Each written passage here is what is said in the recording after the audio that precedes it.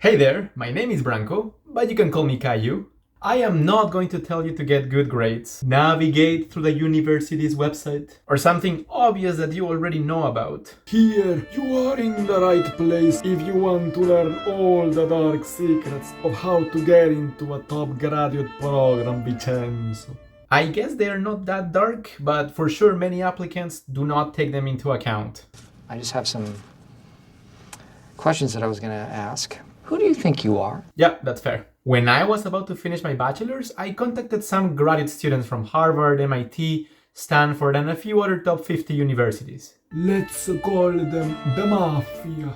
I wanted to know how they made it into their programs, and they kindly gave me really valuable feedback that I will be sharing with you today. Side note, I followed all the Mafia suggestions and I got into a top 50 Ph.D. program directly from my bachelor's, age 20 and without a master's degree. Then I ended up transferring to the master's program from the Ph.D., but that's another story for another video. Let's get started.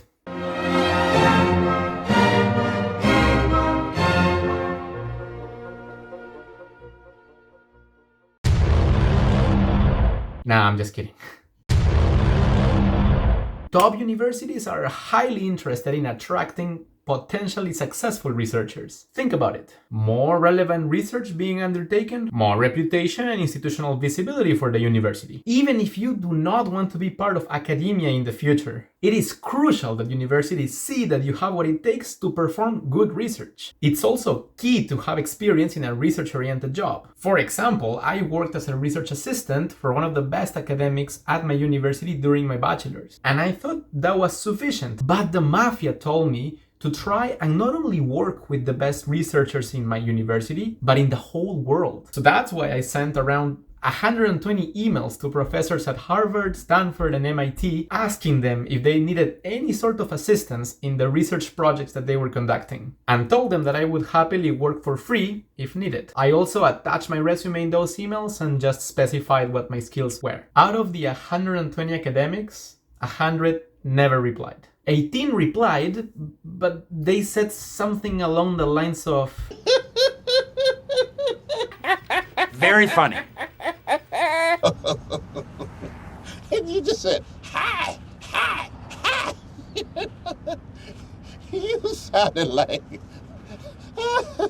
my niece, and she's 6 months old.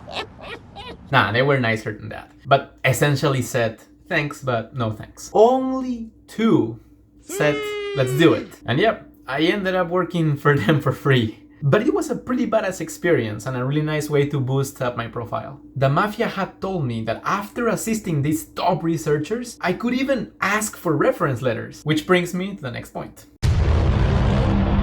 Usually it is 3 reference letters that you need to attach in your applications. Before meeting the Mafia, I had always been told that the people that you ask for reference letters must be people that know you extremely well.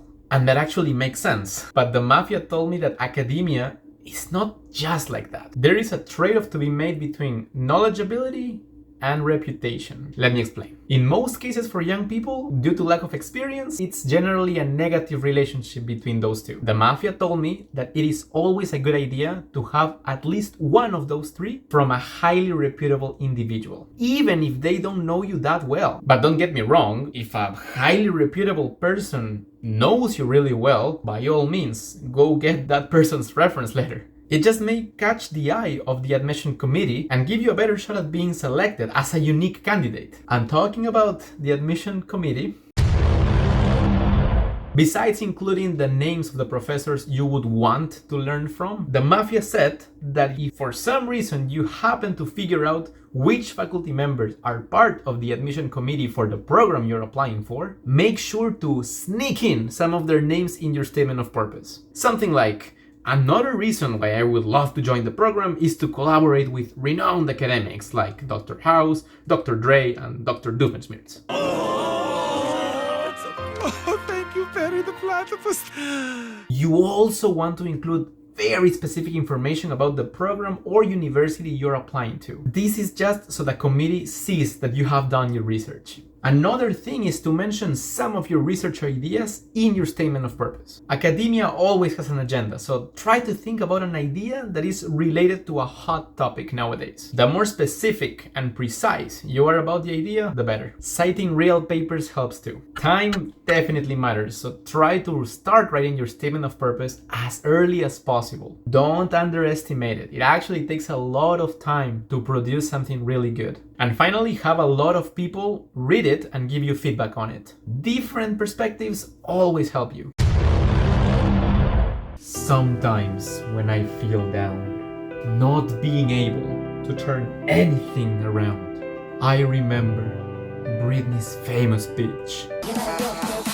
In other words, create your own opportunities. Have initiative. You can email professors to create links and make yourself a name, email students already in the program to ask for insights, or even ask them to share their statement of purpose with you. You can learn unique skills to become a special candidate. And a word of advice, you should always apply to many programs. I know sometimes application fees are expensive, but applying to many decreases risk and also lets you negotiate funding offers between programs. At the end of the day, whether you get in the program or not depends on other variables such as your field of study, previous education, or university policies. Regardless, I am positive that following these suggestions will boost your chances a little bit. Let me know in the comment section if you know any other dark secrets or if you have any questions. Well, that's it for now. Bye bye.